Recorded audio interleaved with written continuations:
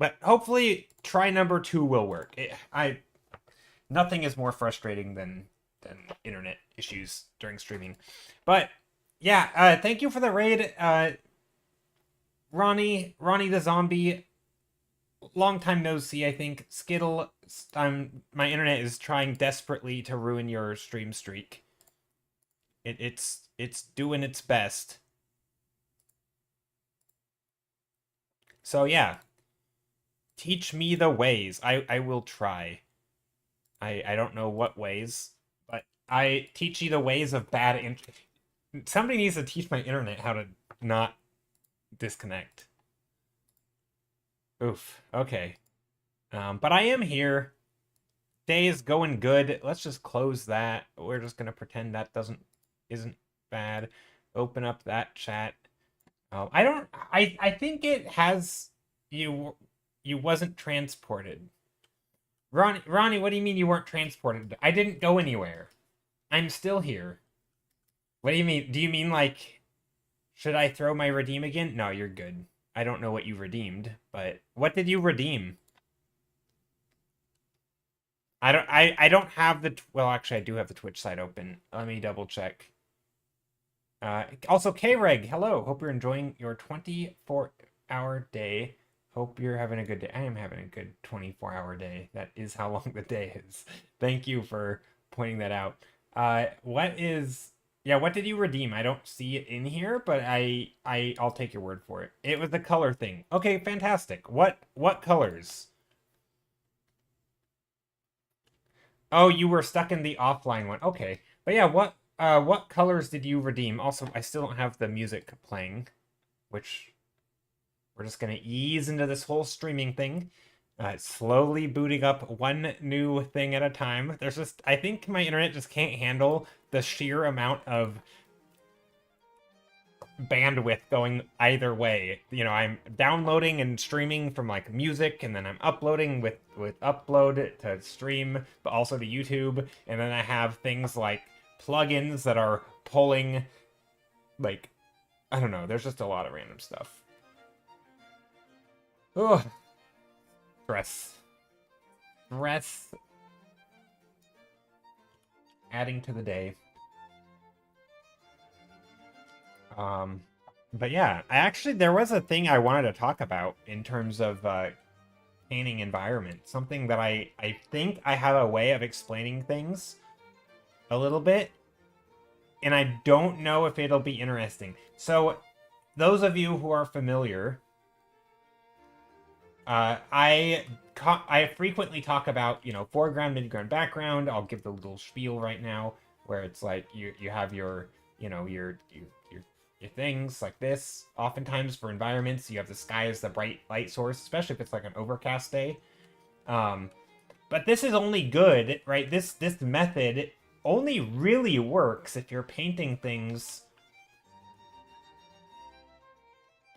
that are sort of in silhouette, right? Or if you have like a hill, right? If you're painting hills, it works in the foreground because you have these clear, distinct lines, right? And it works really well for like a foggy forest, right? You have your trees off in the distance or whatever, or maybe there's a cactus. I don't know. Anyway, it's just like it works well. That doesn't look like a cactus. Anyway, but it works well for that. But I think for like some people, maybe, what's a little confusing about this is that like a lot of scenes, like the one I painted last stream, don't have that, right? So like this painting, I mean, I did some of it, right? I did like here, but like, what about this, right? Like, how do you paint an environment that doesn't have a bunch of overlap, that doesn't have a bunch of clear, you know, like, how do you work on this stuff? And for that, I think I have another solution to try and like combine the two concepts.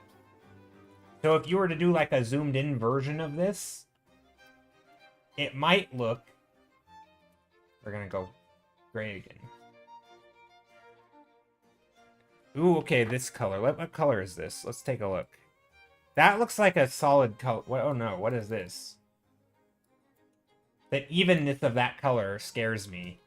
Yeah, okay, it's fully saturated orange. Whenever I see like two letters that are the same with something something 00, I know it's gonna be full saturation, right? Like if you look at the hex code here and you move this all the way in the corner and slide down, you can see how half of these end in 00, and a lot of them will start with double letters like FF, or like they all end in 00 over here because it's fully saturated. Or as you move this up. So a lot of very even digits, and that always scares me when I see that. But yeah, this will be a thing. Okay, but the other thing I want to talk about is, so this I think everybody has seen me do, but sometimes environments aren't that clear cut, and what it actually looks like is like a gradient. So this is the other part I want to point out, is sometimes when you're painting, you can take one of these areas, and if this is a perfect gradient, let's do the smudge tool. I'm just going to use a smudge tool. I'm trying to make a gradient here. I don't know how to make gradients, but we'll just... There we go. There's a gradient. And then it's the same procedure. I have memorized... I mean, a little bit. So this is the same... So if this is like one big plane, right? Think of this as like, here's the overlap and everything else is in the foreground. It's kind of the same, right? You could take this and make a gradient, and technically you could smooth these, and it would all be one smooth surface. So if you're doing something like painting flowers, you're basically still taking this gradient and you're just pulling up a whole bunch. So much so that you're making tons of little overlaps, right? So that's kind of... So it kind of looks like this, right? And so that's sort of what I do in areas like this, where it's not a clear, like, not everything's not just in silhouette form, but it's sort of but it still kind of exists within a gradient. So like, even if you have some light stuff in here and some dark stuff in here, mostly it is darker in the foreground and lighter in the background, right? So it still makes itself it's kind of the same thing as this.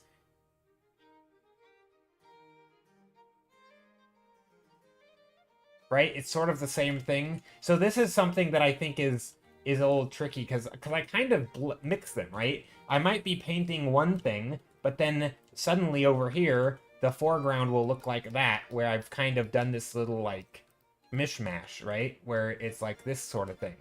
And I think that's confusing a little bit, because I'm sort of mixing methods in one, where it's like, sometimes my scenes don't even have any real overlap, and it's just like a smooth field.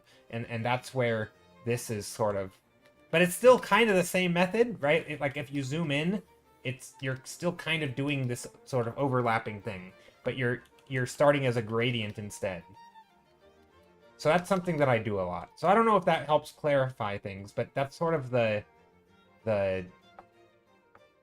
next step up from this, which is also, you can do it in reverse, right? You can start here, and you can very slowly start to add light areas, but not too light. Like, you take the light area and very lightly put here, so it's still dark, and you're kind of making a new layer, but in the background, right? And then you could take that again, and you could make another one, and then you could do that again, and each time you do it, you're sort of making it a little lighter, but you're...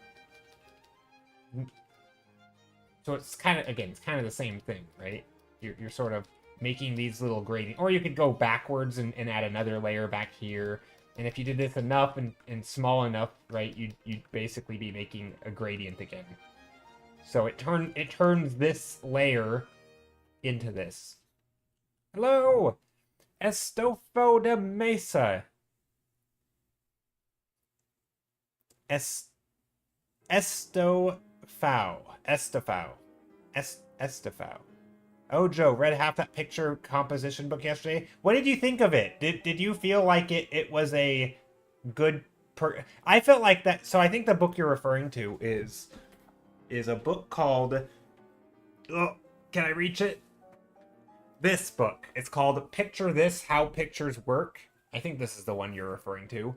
I found it was really good. I thought it was like a nice walkthrough. it starts very simple with like, here are shapes, and these shapes can represent things. But then you can change those shapes. And like it's very like, and then, or you can change the color and the shape.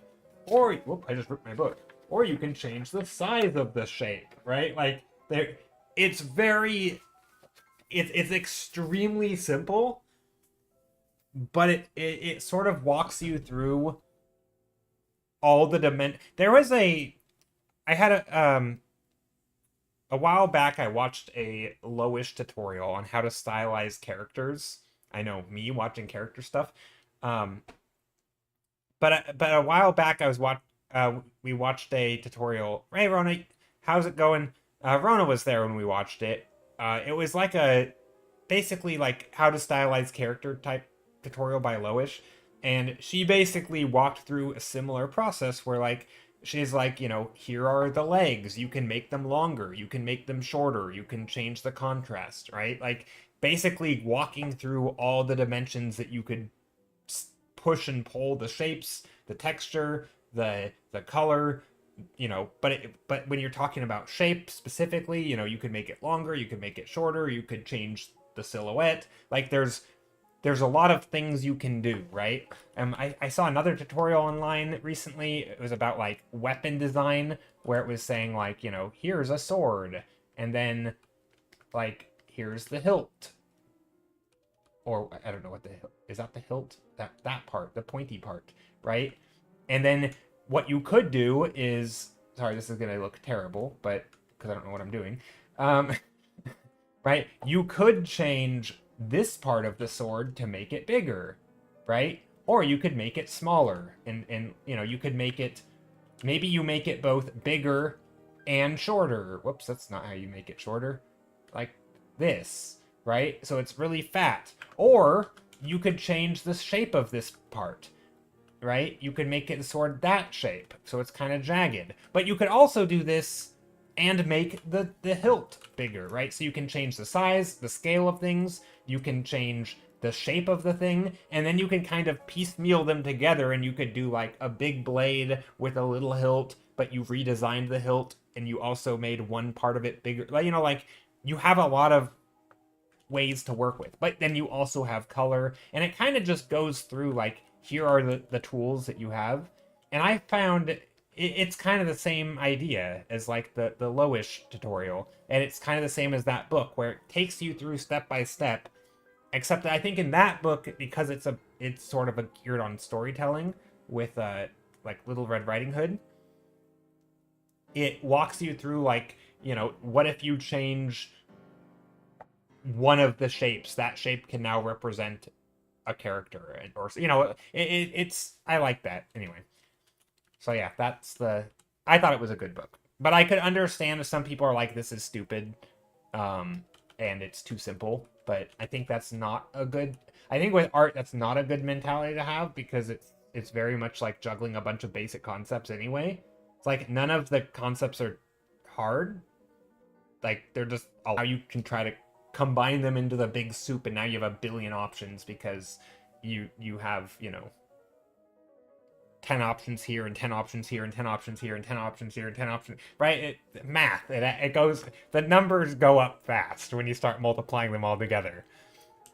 So yeah, it's oh crap, I'm crashing again. Oh no, internet is dying again, I think. Crap. I saw me drop it, but is it, now it's back to normal? Oh my gosh, now I'm like paranoid. Wait, is it kind of, it now it shows it's good. I'm still yeah, but it went red.